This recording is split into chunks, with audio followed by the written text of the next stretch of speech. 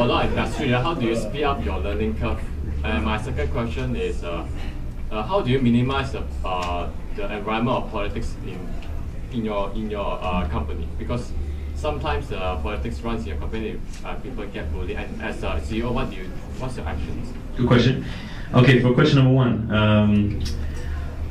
What's question number one again? Pretty good. Yeah, I've always been an avid learner. You know, I like to learn. I believe I'm a fast learner. I always like to read interesting subjects, and I love Wikipedia. Wikipedia is great. It's fantastic. You know, it's really the new solution. If the world is burnt to a crisp, I hope someone puts Wikipedia on like some hard drive and sends it out there, because everything is there.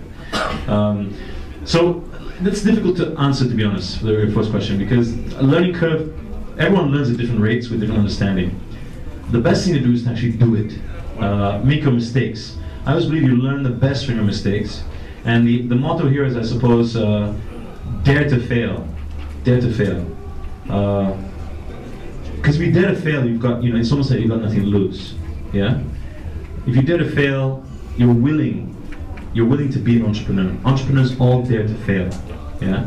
And when you have that kind of attitude, I believe that you can learn, and your learning curve will increase when you dare to fail. People will see that about you. And you know, when you dare to fail is when you go up to a girl and you say, hey, can I have a dance? And she's like, no, get lost. Okay, but you've learned. Yeah. You've learned that your approach wasn't smooth. Maybe next time you got to do. And she's like, he's got the moves. You're like, come on, you know. So, dare to fail, and what was the other one? It was. No, this is motto: dare to fail, not dare to fail. I can't remember. Shit. That's how much my learning curve is helping me right now. But I think the gist is like that. You will find entrepreneurs learn very fast because they fail a lot. And I know lots of people who are maybe not so entrepreneurial, who are used to going to TM every day and going and doing their job, and I don't think they learn very quickly. And also, you can't close yourself off when you want to learn.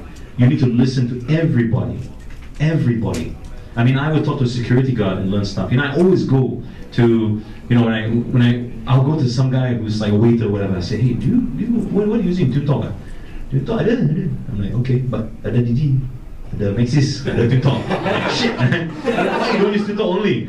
Ada friends and family. Blah, blah, blah. Then I'll educate them. So, you know, sometimes they educate me as well. And it's very important to learn from everyone. Even, like I said, even a beggar can tell you something that you don't know, that will educate you. And that's the thing. When we all close ourselves off because we have perceptions of what the world is like, that's where we stop learning. Yeah, it's important to drive yourself to learn. And question number two, I have a very, my philosophy is this. I have a management style which is it's really something that I want in the company. And what I want in the company is full transparency. My staff don't know anything that I don't know. I tell them. If the company's doing shit, I tell them. If this is happening, I tell them. If I'm trying to find financing, I'll tell them. I just tell them. Every Monday we have a meeting, we sit down, and I tell them, I say, we go around. Everyone, come on, everyone gets involved, even customer care. My head of channel said to me, you know, at the beginning, he said, what's our marketing plan for the year? I was like, oh, good idea. So, just kidding. But basically, what I did for the marketing plan, I got everyone in the room. I said, okay, guys, everyone, throw out suggestions for marketing this year. Anything. So people are shouting, Taipusam, Christmas. So I'm writing it down, you know. World Cup, you know, cricket match. Whatever they want, you know, Disney on Ice, you name it. So we had like hundreds of suggestions out there, and together we ticked one off, we crossed one off, cross. Okay, we can't do this then. Okay, World Cup's going to be a heavy time, so we don't want to touch the World Cup necessarily. We can do this. Okay, so we're not going to go for this. That's expensive. And then we wound up with a bunch of things that was our marketing plan, but we did it together as a team. You see, and there was no telling the team, hey, this is going to happen, and live with it. I believe in a very open, transparent kind of system. The reasoning is because I also worked in situations where there's too many Chinese whispers around. Yeah, Chinese whispers is a game. It's called Chinese Whispers. Yeah, it's a game you play in class where you tell someone, okay, the message is meet Harry by the gardens at 5 o'clock, and then whisper it to your partner. And by the time it goes to the end, it's like Harry is gay and he wants to kill you at 7 p.m. That's Chinese Whispers. Yeah. So I very much hate Chinese Whispers. I keep telling the staff, do not talk, do not, just put it on the table. And I would put things on the table just like that. And I would just say, you know, like I go to a meeting and I've never met this guy before. He's like the head of 7-Eleven. I'm like, okay, I'm here to kiss your ass. And it breaks the ice. And he's like, oh, you can't kiss my ass. You have to suck my dick.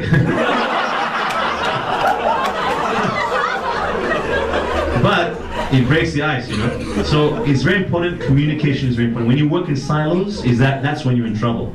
So you know, when I first joined the Tune Talk, to be honest, I came and the business plan was already being developed by a guy called my prior COO, and he was a very paranoid man. Very paranoid. I'm very paranoid. Yeah, very paranoid. He thought I was there to kick him out. Okay, he's no longer with us. But anyway, there was an air of paranoia around him, and I really suffered. I suffered for 2 years. If you ask me what's the most ugliest time in your life, it was working with people with tempers. Yes. I do not tolerate if you have a temper. I'm like, go outside, there's nobody in this office who has a temper, no one allowed to have a temper except me. Yeah. And I don't really have a temper, I'm quite patient, you know, and I like to tell staff, you know, I don't need to be a best friend as a staff, you know, I don't need to know your kids, but it's important to, if you don't have fun, yeah, then it breeds all this political thing, you know. When people stop having fun, they find things to give them fun and enjoyment. And part of it is, that's what I'm doing. Rockstar, what the hell is he doing here? How can a radio DJ be a CEO? Stupid. I mean, I'm sure I got plenty of this thing when I first joined. You know, I open the newspaper and I see rockstar becomes CEO. You know, and I'm like, oh god. And I got all these guys. You know, all the guys from the boys from Maxis were calling me out and saying, "Whoa, scary." Is Tony on drugs?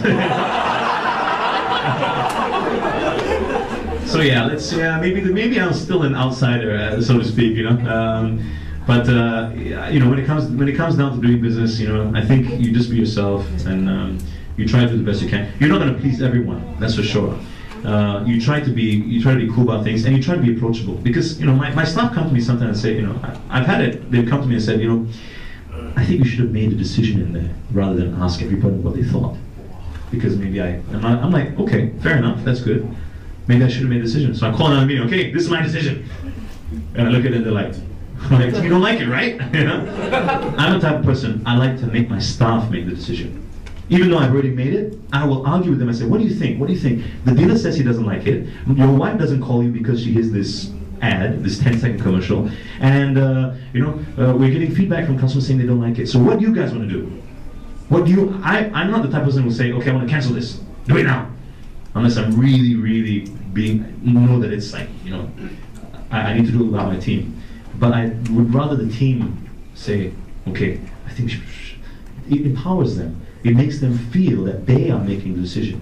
No decision in Tune Talk is taken without the team taking it together or having the knowledge of it. No decision. Yeah?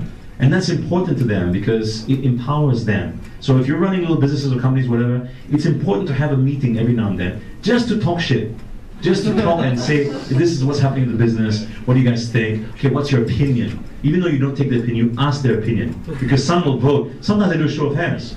Yeah, who wants to do this? Show of hands. And sometimes I'm voted out.